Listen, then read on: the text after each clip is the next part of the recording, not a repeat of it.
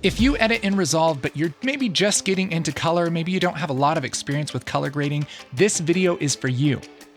Because I'm sitting down with my friend Chloe from FrenchieColorGrading, who's a professional colorist, and she's going to share her top 3 tips, the top 3 things to keep in mind if you're brand new to color and if maybe you haven't done that a whole lot. This is solid gold wisdom. Let's go. If somebody here is not necessarily a pro colorist that do color all the time, you know, as their thing, what are some big tips that you have for somebody who's in that kind of position? For beginners, I would say that is really important.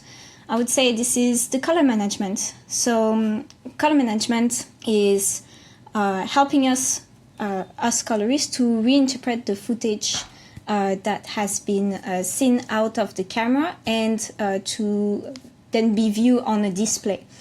So this is gonna help us to have a strong base, you know, to start our grade around this. So most of the time we are going from a log footage that is really grayish to actually something that has more colors and a normal contrast ratio that would be assimilated to a Rec. 709 color space. What I always see in beginner's grade, and I find that is a mistake, is just like going straight away to your log footage. So here I have my log footage over here, and just trying to figure out, you know, the contrast ratio by stretching your lift, your gain, your gamma, and then pushing your saturation to have something that is decent, and then do your grade around that. I would say don't do this method because it will initiate more problems after. Because like you are only guessing what the camera saw on set, and the problem is that you are not applying mathematical way to interpret the footage. So there is like few ways to actually interpret your footage within DaVinci Resolve. There is the node-based level. You can do a color management on the node itself. So for this, what you can do, and just before, I'm just going to show you my project setting. I go to color management, and I'm going to change my output color space to a Rec. 709 Gamma 2.4. I'm just telling DaVinci where I want to sit in my timeline and when and where I want to sit in my output color space. So my output color space is a Rec. 709 Gamma 2.4 because let's say I want to just output this footage for example, a TV commercial. And so because TV is using a Gamma 2.4 gamut, then I will need to just tell DaVinci that my output is a Gamma 2.4. Okay? Okay. So having this in my project setting is already like aligning all the stars before we are doing our node-based color management. So for this, we are going to go to our effects, and I'm going to type color space transform. And in color space transform, I'm just going to slide it and drop it on my node. And here you can see that you have a few parameters to put, which is input color space, input gamma, output color space, output gamma. I'm going to put the input color space of my camera that I have over here, and this is actually a red-white gamut. My input gamma is going to be a red log 3G10. My output color space, then follow what we've done in the project setting, which is Rec. 709, and the output gamma, gamma 2.4.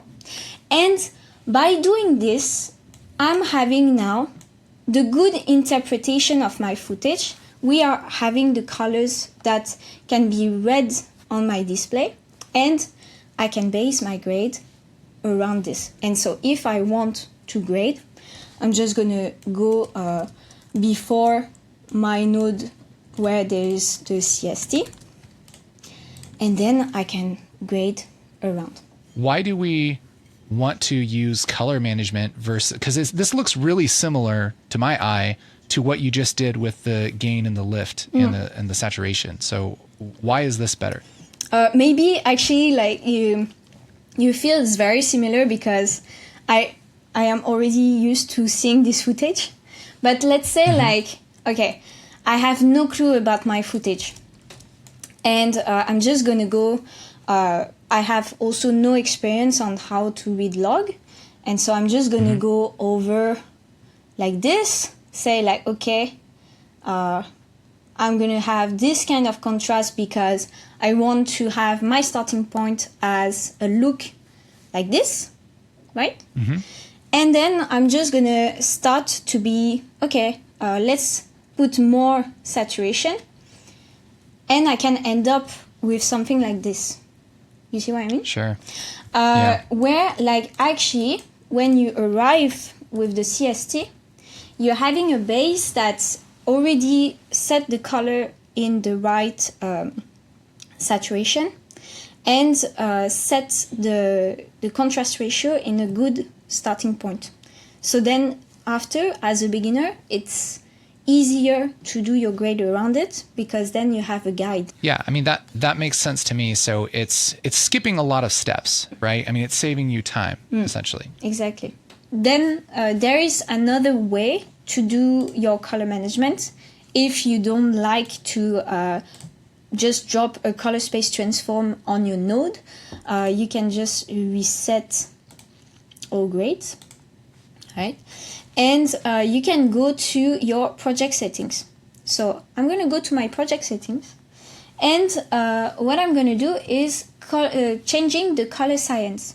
So here we were in a DaVinci RGB, which is just telling to DaVinci, don't handle my color management. I will do it myself. DaVinci RGB color manage is actually asking DaVinci to handle the color management for us. So when you click on it, you're gonna arrive to the presets that DaVinci already has, which is if you want to have your log footage interpreted in Rec. 709. If, for example, you want more customization, but maybe it's something that is already a bit too advanced, but I'm just going to show you really quickly. You can disable automatic color management, go to custom, and then change like, for example, your CST, the input color space, the timeline color space, and the output color space. But for this example, we're just going to stick to the preset because this is the most convenient and you won't need too much knowledge to handle it. And so when I hit save, I'm going to arrive to my footage that would be already interpreted. So if you see, my two red footages are interpreted. And why? It's because my red footages are in the red codec, so that means that they were shot in RAW. So it is very easy for DaVinci Resolve to recognize which camera it is. But for example, if I go to my other footages, which is this one and this one, these footages have not been shot in RAW, they have been shot with another codec, which doesn't, like in the metadata, you won't have any information about what the what is the camera, sorry. And so then I will have to say to DaVinci what is the camera that we are having here by just clicking on the thumbnail, right clicking. I'm just going to go to input color space, and then I'm going to find my camera. For these two cameras, this is Sony S-Gamut3 Cine S-Log3, and then it's going to be interpreted. And I'm going to do the same with this one, and it's going to be interpreted. And this is how you interpret if, for example, you having other codecs than RAW. So it automatically recognizes the colors if you have a RAW codec. Yes. And then if it's something like ProRes or H.264, H.265, it doesn't have that information, and so you have to tell it. Yes, exactly. How do you know what to tell it? So if, for example, you're the one that shot the footage, right? You will know the camera. You will know like which log space, and you will know which gamut space. So it will be easy for you to remap, I'm sure. But if, for example, you are an editor or you are a colorist and you don't have any information on the footage, then you will have to contact the production, ask them what is actually the footage that you are having, because this is very important for you to know which camera it was shot on. There's sometimes some production that would just like answer you, well, I don't know. You know? So if they answer this to you, I don't want you like actually to be harassing them, like saying like, oh, please tell me. If it happens, and normally this is what I advise, but this is the real last resort technique, is just like trying to guess your color space, in the sense of like, if you see my waveform while I'm changing my color space, let's say I'm just gonna say, oh, maybe it's a red. So I go to red. You can see that I'm having my waveform stretch compared to my compared to what I had originally. Okay? So then I would just go over few, for example, just a few log space to see which one is fitting the best. This could fit from the Panasonic, but the problem is that the skin is very red. So this is also one indicator. So I will just like go over and say, maybe because it's a H.264, maybe it has been shot. Let's just put a Canon. Let's just put a Canon C-Log. And so Canon C-Log like is not working too, because we are also losing the contrast ratio. It doesn't feel natural. So then we just like try to guess and be like, okay, maybe it's then an S-Log3. You see what I mean? So yeah. It's a lot of guessing game, but when you find the the color space that feels the more natural, this is when you probably found the best color space for it. Yeah, and that's probably not recommended, but as a last resort. That's literally last resort. Please, just try to have an answer from the production, please. You know, or like you can check also. You never know. You can check the if they sent you a HDD or something like this. You can check how like the folders are being sorted. So like there's the real typical Sony camera folder structure. So maybe you can recognize it like this, but yeah. But yeah, like the last resort is guessing the color space. Yeah. Okay, so color management, pretty essential. Do you have other tips for somebody who's maybe an editor, maybe not super into color? The second tip is actually respect the footage, in the sense of like respect the footage creatively and respect the footage technically. So creatively, I mean by the fact that a colorist, so then it applies also for editors that handle post-production, or maybe videographers, like because maybe you're under a director or something like this. But you are part of a team. You are part of a team of filmmakers. And so then your objective is to enhance the vision of the director, and for my case, as a colorist, of the DP. All right. So then if, for example, the DP made the decision to shoot the scene this way, and the art direction is this way, then it is normal for you to not go against it, which brings my other point, which is the technical side. So you need to respect the footage technically, because let's say, as I say, your DP just shot it this way. it will be counterproductive for you to actually change the wall direction, because you could initiate some breakage in the image. So I have an example. So let's say like I'm having this set. So this set is pretty good looking, and the DP made the decision to have this very purple light. And so if I want to enhance it, I'm just gonna just do a real quick balance for you guys to understand what's going on in this footage. Okay, and let's say like I'm a colorist that hates purple. I hate this color, right? What my objective in this image then, if I don't like purple, is to find a color that I can replace the purple with. And I'm like, okay, I really love cyan. I'm gonna do cyan, right?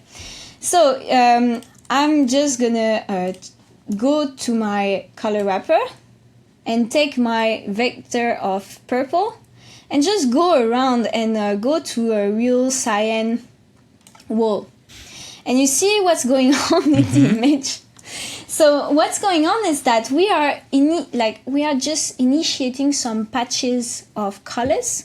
So if you see, I'm just going to show you here on the floor, here also on the floor. We call that color breakage, because the transition between the color that I affected, which is the purple that became cyan, the transition between this color and the normal color, the Rec 709 color, has a too harsh transition, which then makes this break of color. Okay, as colorist, and I'm talking for the whole color grading discipline in general, our limitation is actually our footage. So the footage, what has been shot on set, is our limitation. We can't invent colors, we can't invent elements in the footage. So if, for example, I'm color grading on this piece, then I will have to handle the purple and enhance what has been shot. Okay. Also, by respecting the footage technically, what I mean by that is also trying to always look at your scopes, in the sense of like your scopes are your best guide to know where you are in your footage. For example, if I take my waveform over here, all right, waveform is a scope that will indicate me where I am in terms of luminance point in my image. And so it will just give me a view of my contrast, my balance in terms of shadows and highlights, but also for this case, because I put the RGB values, it's also show me the amount of red, the amount of green, the amount of blue. The big take of the waveform, because waveform is very important to know for respecting your footage, is that your graph is going from 0 to 1023. Okay, 0 to 1023 represents the limit of luminance you can go over or under that will actually be readable on your display. So let's say, right, I'm just gonna remove the mess I've done. And let's say like I want the scene to be really bright, so I will go over my 1023. And if I go over my 1023, I'm going to start to have some highlights clipping. So we call highlights clipping when we are losing details in the highlights. Okay, it's because my display is not able to read the highlights anymore. Okay, if I want to have then more shadows, I will go under my 0. And if I go under my 0, then you can see that my shadows are crushed, which means that I don't have any detail going on in my shadows. And so then to be readable correctly on the display, I will be trying to go over my 0 and under my 1023. Okay. So we can just see it with this footage. So this footage is quite particular because in this footage, the Rec 709 is already very dark. So if you see, it's already really trying to go towards the 0 and under.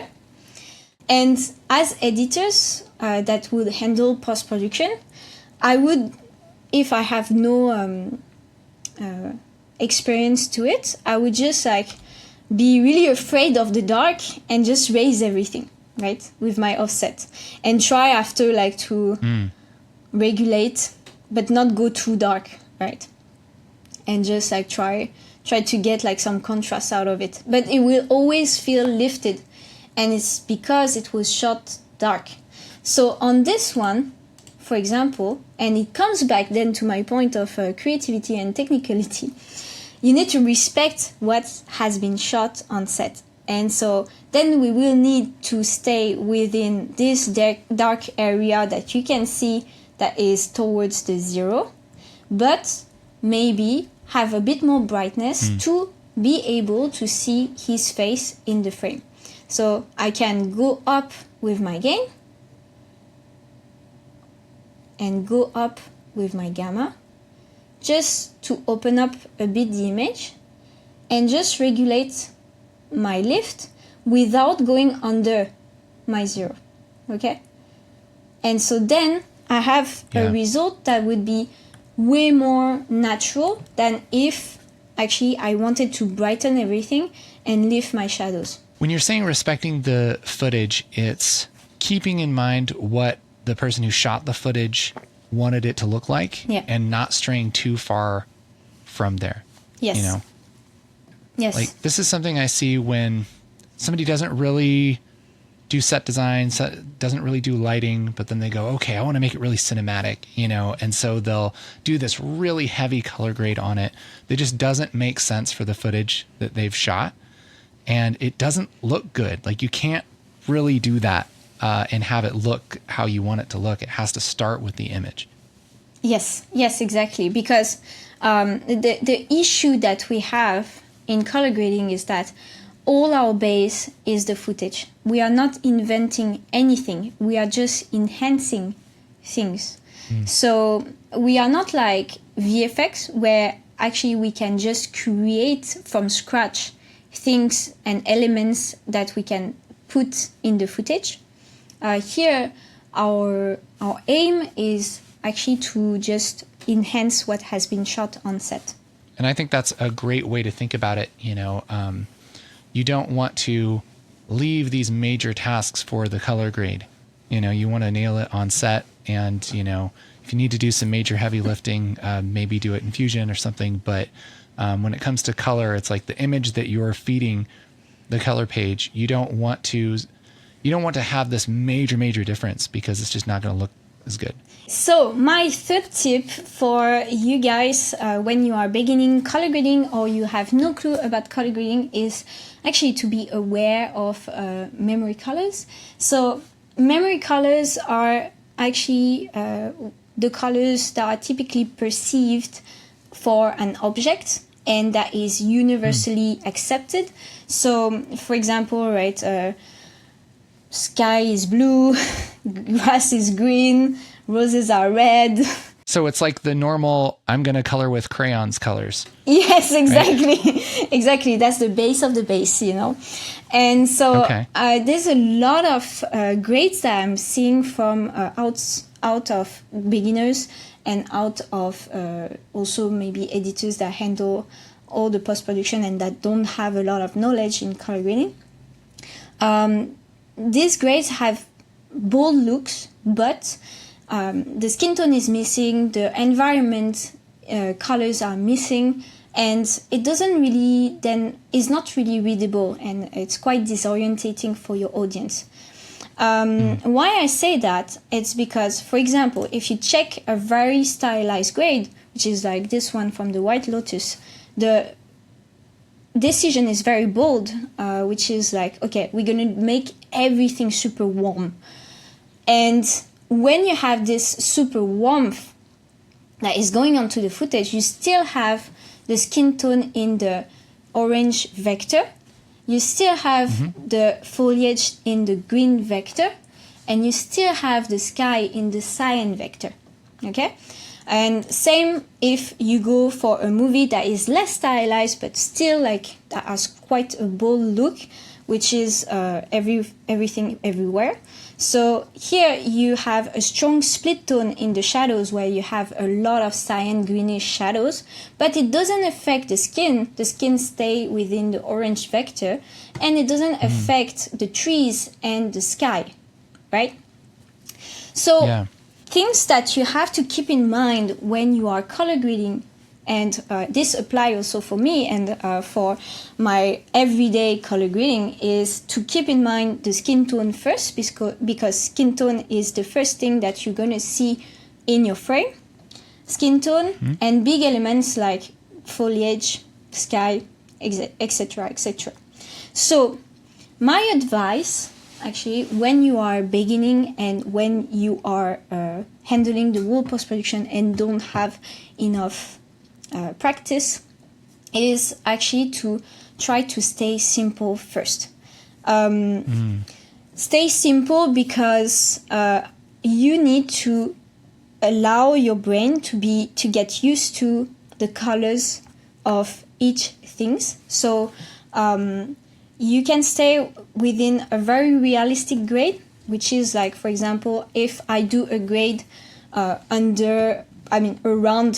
this Rec 709, I'm just gonna move my gain, do my balance with my lift, and then enhance around this.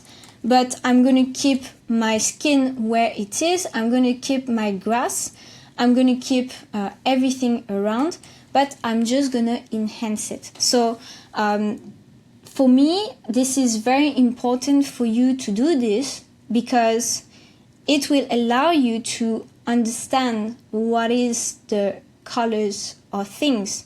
And then it will be easier for you after to go to more stylized grades, because you will have these colors so drilled into your brain that it will become then natural for you to initiate these colors on stylized grade.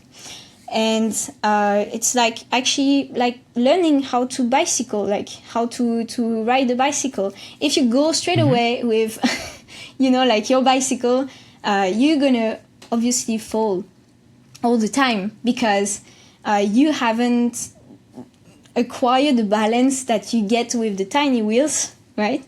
And so then you'll be disgusted by riding a bicycle because you're always smashing your head. But if you just like go very slowly and you have like your tiny wheels and you just get used to the balance and everything and the ride, then it becomes easier and easier to remove your wheels and go to stylized grade. You see what I mean? So yeah, this is my advice. So you can. And this also comes back to my first point, like in the color management, which is don't be ashamed to be around the Rec 709, because like you can create really good grades with this. Like you go, for example, like I'm having this frame as a starting point where I'm just gonna go over my 0, etc., and have a decent contrast. And after, what I can do is trying to get, like the skin color to either pop out or get less saturated, for example. And maybe the foliage can be a bit less saturated if I want this kind of look.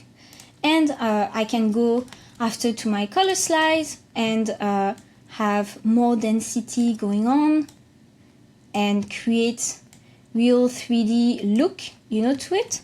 So you see from the Rec 709 to just like the few nodes we have done, we already have a pretty nice look going on. And so that's why having just like trying to do things around the Rec 709 is also pretty good, because by doing this, I respect, you know, the foliage, the color of the foliage, the color of the skin, and then I acquire more experience to, after, you know, like recognize what would be the color of the foliage, for example, with this lighting condition. Yeah, I think that's really impressive. I mean, being able to make an image that looks so good, that's not, you know, a huge difference from the Rec 709 conversion. Yeah. I don't feel like you need to be afraid of that. You know, there's still quite a bit to do.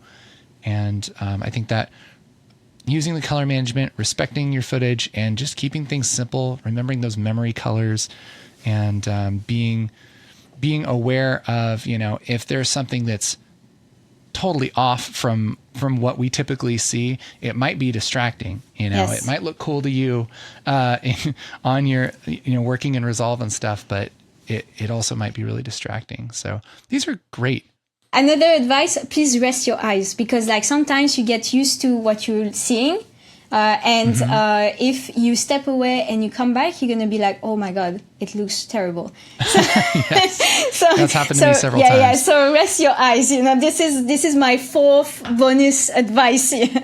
Well, Chloe, this has been amazing. Thank you so much for sharing these tips. And I know a lot of editors and would-be colorists are going to make much better color grades just because of these tips that you've given us today. Thank you. Thank you for having me.